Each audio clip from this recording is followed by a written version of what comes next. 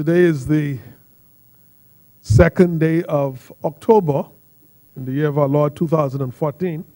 And when we suspended our proceedings yesterday evening, we were at second reading and committal by way of debate on the Bahamas Public Parks and Public Beaches Authority Bill 2013. The honorable member for Cat Island, Rumkey, and San Salvador had reserved his place in history, and if that member is prepared, the chair will oblige. The chair recognizes the honorable member for Cat Island, Rumkey, and San Salvador. Thank you, Mr. Speaker. Mr. Speaker, I rise this morning giving thanks once again to God for a brand new day. Every day has the attendant features, thank you, of new opportunities and new beginnings. Indeed, it is another opportunity to thank the people of Cat Island, Rumkey, and San Salvador, whose confidence in me causes me to be in this place today. I continually work to cause them to be proud of the decision that they made. And I remain the same man that they sent here, honest, trustworthy, and brave. To them, I am accountable. At the outset, Mr. Speaker, let me express full support for the bill before us. There is consensus amongst us on both sides that this legislative instrument bodes well for us as a progressive nation. The authority will provide a single conduit to which funds are made available to control, plan, design, and administer all matters related to parks, beaches, and open spaces, and remove the challenges of delivery historically associated with the bureaucracy of mainstream public service. There's obvious consensus amongst us. There must be consensus when the member for Delaporte's only substantial challenge Kalani or? Delaport. Kalani. Sorry. Kalani. I live in Kalani. Yeah, yes, Kalani. That's right. Yeah, the member for Kalani. Only substantial challenge hinges on the fact that Athens has mosquitoes. The same is true in Cat Island, in Lustra, and Abaco, in Agua. But access to beaches, however, is not limited by the presence of mosquitoes. I mean, there's a distinction between access to a beach and the enjoyment of a beach, having had access to that beach. And the member from Kalani doesn't seem to appreciate that distinction. You know, maybe, anyone who would have a view that mosquitoes is a hindrance to accessing a beach as opposed to enjoying a beach must have, must have a mosquito mind.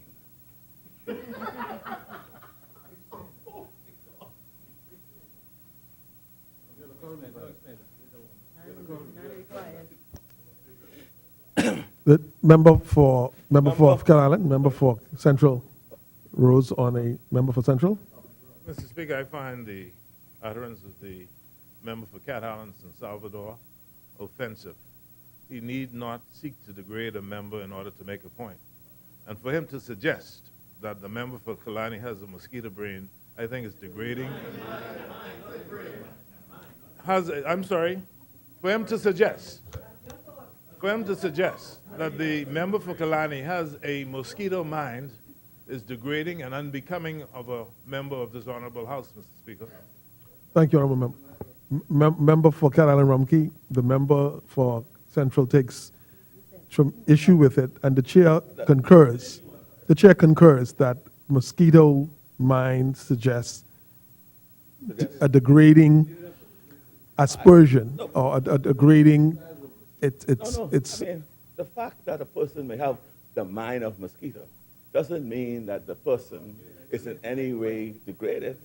the chair is uncomfortable with that character. The chair is not comfortable with that. The chair would rather you withdraw and use a more parliamentary word. Well, I say I withdraw the word mosquito mine. Devoid of reason. Right? I'll just say person who is devoid of reasoning. That's better?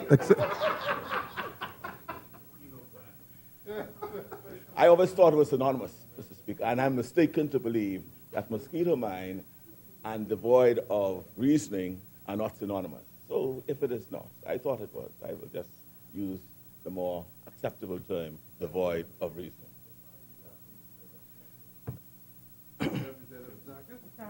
Mr. Speaker, happenstance also enables me to stand today grateful to our accountable leader, Right Honorable Member for Centerville, who is our Prime Minister. Yes. That's right. At my last understanding, he is the leader of our country. That's right. And the leader of our great progressive Liberal Party. For sure. As Prime Minister, he enjoys the support of the majority in this place, including me. And as the leader of the executive, he alone has the authority to appoint and disappoint. As leader of the party, he has the authority to lead and to guide. As members of this hierarchical creature we call a party, officers and members have roles.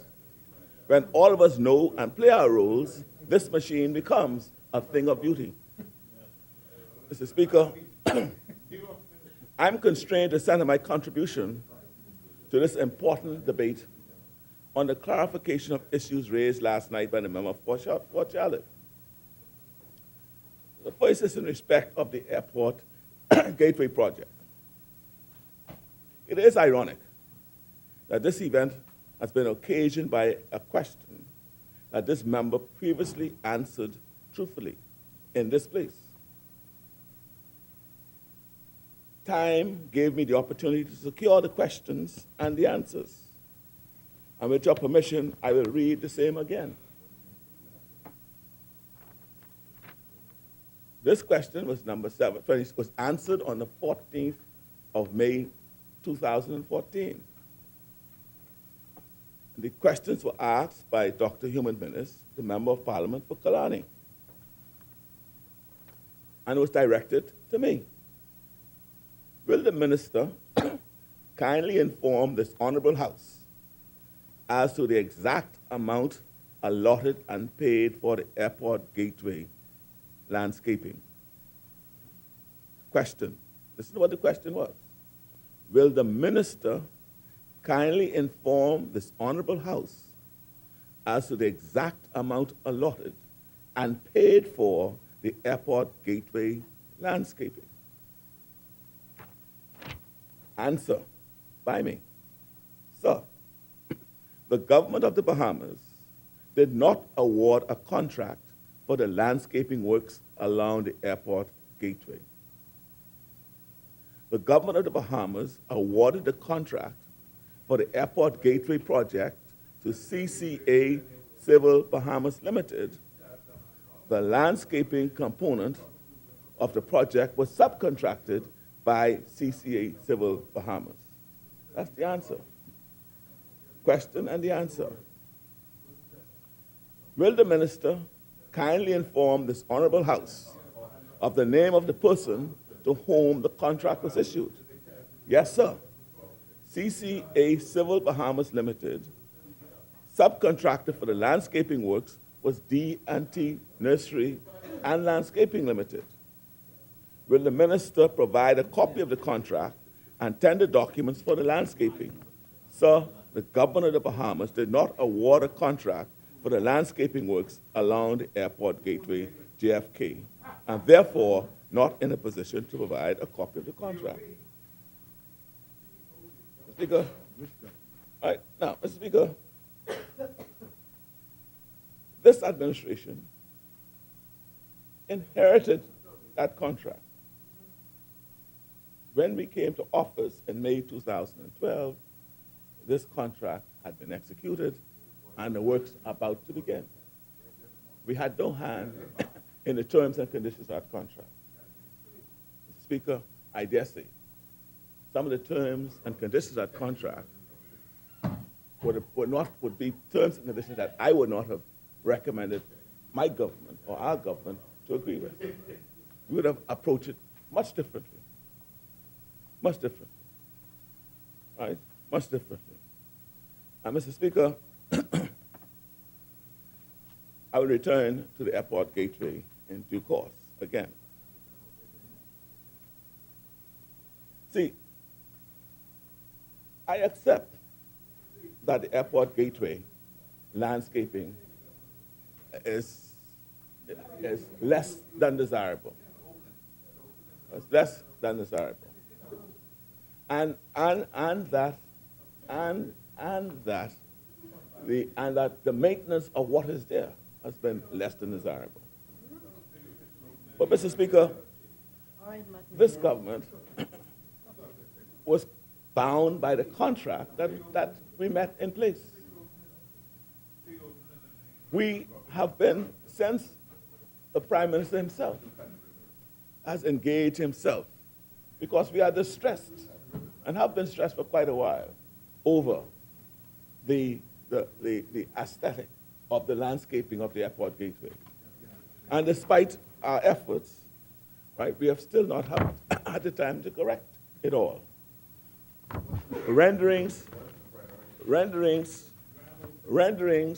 have in fact been made for the landscaping of no, this has just been done. This has been done. Right? They had that. You had that, right? Right, that, right? And Mr. Speaker,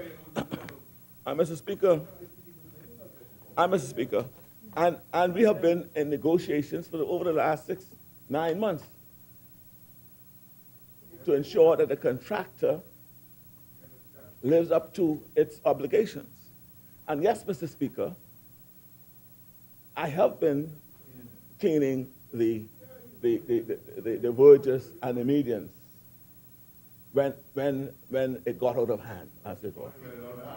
Right? I know it is out of hand, and from last week, if anyone would have noticed, from last week, all of the garbage along the verges and medians were picked up to make yes. And for the purposes of preparing it for mowing. And the mowing should have started. And if it hasn't started, imminently it'll be started. And so Mr. Speaker, it is one thing to criticize the state of the road. There's no difficulty with that. There's no difficulty with that. The difficulty is when it's all premised on a falsehood. Mr. Speaker, and as I said, we have agreed, the government has agreed, on the invitation of the Prime Minister, that in our own interest, we must take on enhancing the verges of the roadway. And my ministry has taken the necessary action for that. You know, Mr. Speaker, the member from Fort Charlotte suggested that the state, that the member from Southern Shores or myself were giving conflicting reports. He said what I said in the answers to questions conflicted with what the member from Southern Shore said. In effect, he's saying either the member from Southern Shores is not telling the truth, or I am not telling the truth. Right? So I've put the questions, I've put the answers, and I want to see where the conflict was. The roads have not yet been handed over. The defects liability period is just expired yesterday, as I indicated. And we're in the process of negotiating the total handover and dealing with the retentions and the other works that we claim and require still to be done. So that is still in train, right? And so, you know, so it would have been easy enough for the member for Fort Charlotte to get this information and to properly decode it before spewing such wild allegations. It would have been easier still to simply ask me before standing in this place. You know, at my last understanding, we are supposedly on the same team. So he says. All right? And, Mr. Speaker, I'll just say this. This team will not be distracted from within or without. You know, I'm not one to mention the names of private persons in this place because they cannot offer any defense. However, the member for Charlotte attributed an assertion of Dr. Gilbert Morris. And I think he even went on to say he wasn't even sure if it was he who said it, right? Right? But he called the name without even assuring himself of what he said, right? Yeah, right? But that also tells you some more things about the individual, right? We are supposed to be honorable, man. That one, see, what he said, that Dr. Gilbert suggested that one could determine the quality of governance within 3 minutes of leaving the airport. You know, I cannot help but question the motives of this member. Even if the member agrees with that, it is not a statement of fact. What will be the assertion of being able to determine the manner in which a country is governed within 3 minutes of leaving an airport? At the very best, it might be what I call a rebuttable presumption of review, right? Right? Or just a superficial observation. Driving in from the airport, the visitor does not have knowledge of the contractual agreement between the government of the Bahamas and anybody else. Driving in from the airport, the visitor does not know what plans that are in place to cause the thoroughfare to be the envy of the Caribbean. He doesn't know about these things. The visitor wouldn't know. But whether the gentleman said this or not, it's really irrelevant. What is relevant is that a 3-minute assessment is flawed and baseless. And all this speaks to probably some other ulterior motive and an attempt to further inflict his view about his supposed colleagues and other team members. And since the member for Charlotte brought it here, again, I have to question his motive. I have to question whether his concern for country is genuine.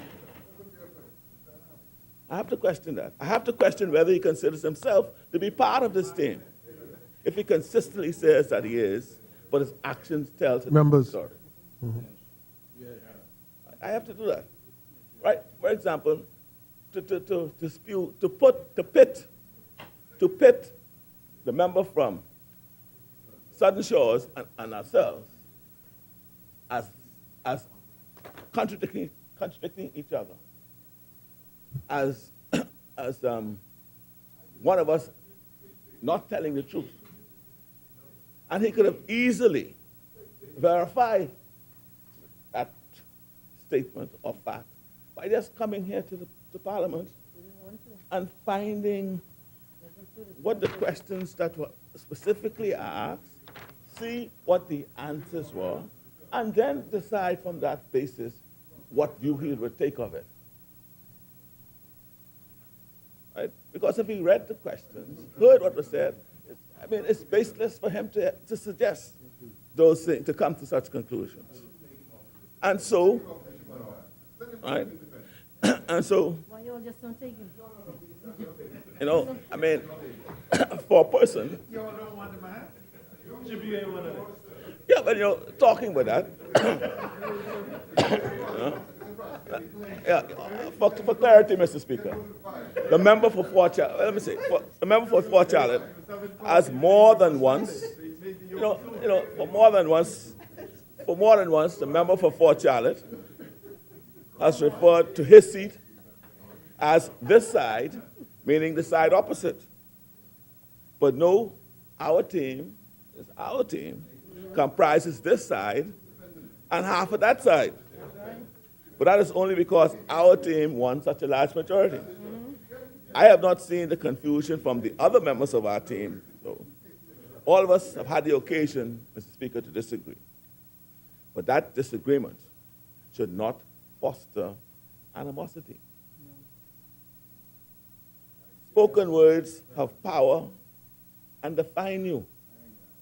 They are like toothpaste out of a tube. Once the words are out of your mouth, no amount of apologizing will put them back in.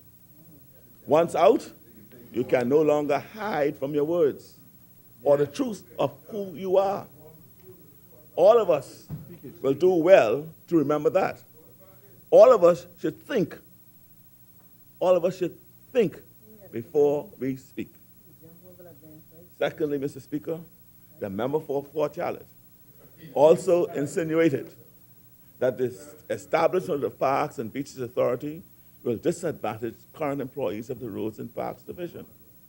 This statement was predicated by the fact that the authority will create new employment opportunities. Though the carriage of regularization does not rest with my portfolio, Roads and Parks Division is within my remit. Rightly so, many of these workers employed through the Roads and Parks Division are concerned by their tenuous employment within the public service. They are deployed among many ministries and departments. And for the most part, they are effective and efficient workers. Many of them no longer perform duties specific to roads and parks. Members. Mr. Speaker, this government cares about people. In the Charter for Government, we promised. In the Charter for Governance, we promised that all casual and all on-call workers of good and long-standing will be regularized in accordance with general orders so that they may receive the benefits of pension and job security. This government is busy about keeping that promise, Mr. Speaker. The member for Golden Gates has said on numerous occasions, he said that the president for the Bahamas Public Service Union has been given that assurance. And I know for a fact that my ministry has undertaken the exercise to cause this to happen. Mr. Speaker, this is important because the establishment of the Parks and Beaches Authority will take in some of these officers. The affected staff are all aware of the process. Today, I am pleased with the progress.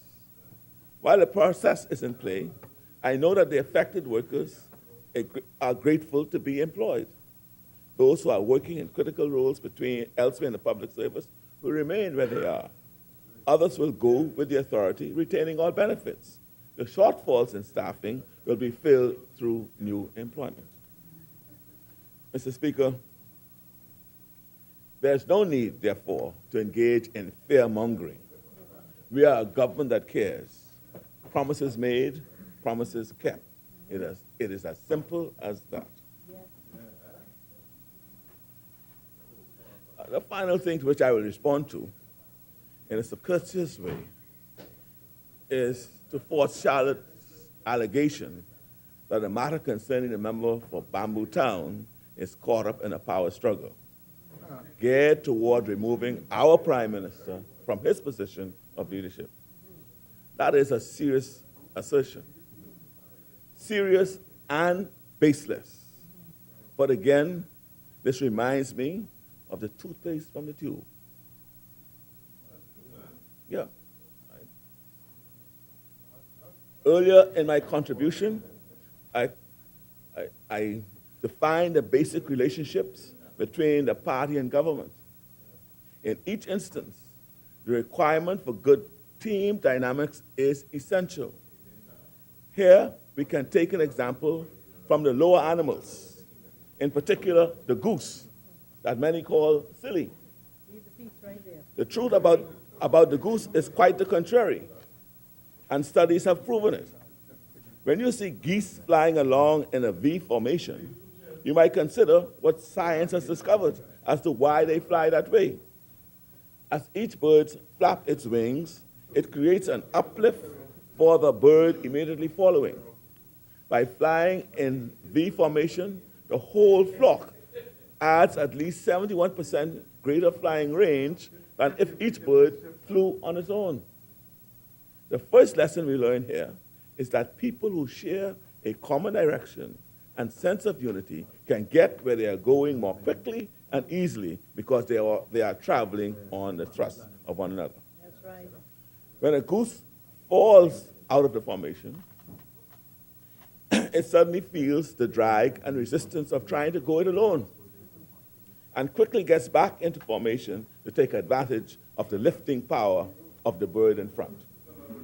If we have as much sense as a goose, we will stay in formation with those people who are headed the same way we are. Yes. When the head goose gets tired, it rotates back in the wing, and another goose flies the point. It is sensible to take turns doing demanding jobs, whether the people or with geese flying south. Geese honk from behind to encourage those up front to keep up their speed. Finally, Mr. Speaker, and this is important. This is important. When a goose gets sick or is wounded by gunshot and falls out of formation, two other geese fall out with that goose and follow it down to lend help and protection. They stay with the fallen goose until it is able to fly or until it dies. And only then do they launch out on their own or with another formation to catch up with their group. If we have sense of a goose, Mr. Speaker, we will stand by each other like that. We have but one leader. I fully support but one leader. That leader is the member for Centerville. The finger will point only in one direction if the truth is asked about who questions and seeks to undermine the present leadership. Disagreeing in viewpoints is the circumstance of democracy. However, respect must issue from both sides. There's no reasonable point in fanning the flames of controversy on a team. We go back to the example of the goose and recognize the wounded one. This team stands ready to stay with him, nurse him back to full health, and assist his flying once again. Speaker, service to country is not always easy, but serve we must. Our challenge yesterday questioned whether we are legislating just for legislation's sake. Why else do we come to this place if not to legislate? Through this legislation, we are again taking steps to protect and expand the middle class and to expand and to safeguard the country's future through job creation. This legislation demonstrates that the government is courageous enough to move away from the status quo, not talking the talk, but walking the walk. Yeah. Every settlement in the Bahamas will have access to working parks and green spaces to allow for recreational sport and peaceful outdoor leisure. This legislation will provide the framework for the prudent management of those parks and green spaces. Public opinion is honest in its view that New Providence in particular can be better managed in terms of appearance. The establishment of a properly resourced authority is the only viable solution. Public opinion is honest.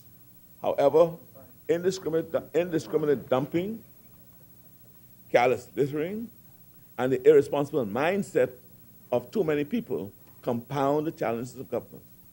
Each of us have to have the responsibility to keep our surroundings clean, whether it is our private property, our parks, or our beaches.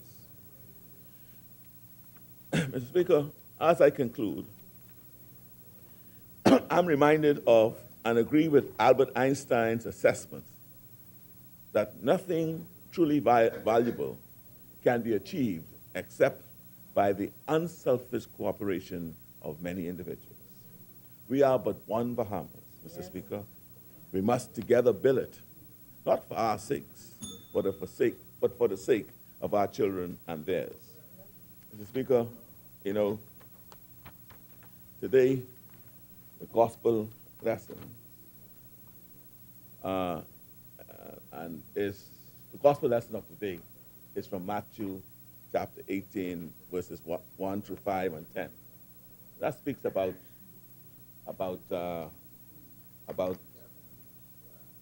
being received in the kingdom of God and first you're supposed to become a child, or returning to be a child. But the true message there, Mr. Speaker, it speaks about really humility, how we need to humble ourselves. And humility really is not doing it right, but doing what is right. That's what we're about, doing what is right. You have to also distinguish between humility and pride. Because pride talks about who is right. And sometimes it's not who is right. It's not about who is right, but rather whether what we are doing is right. And sometimes some of us have to take a clue from that. Or not to allow our pride to undermine what others are doing when what others are doing is right, Mr. Speaker.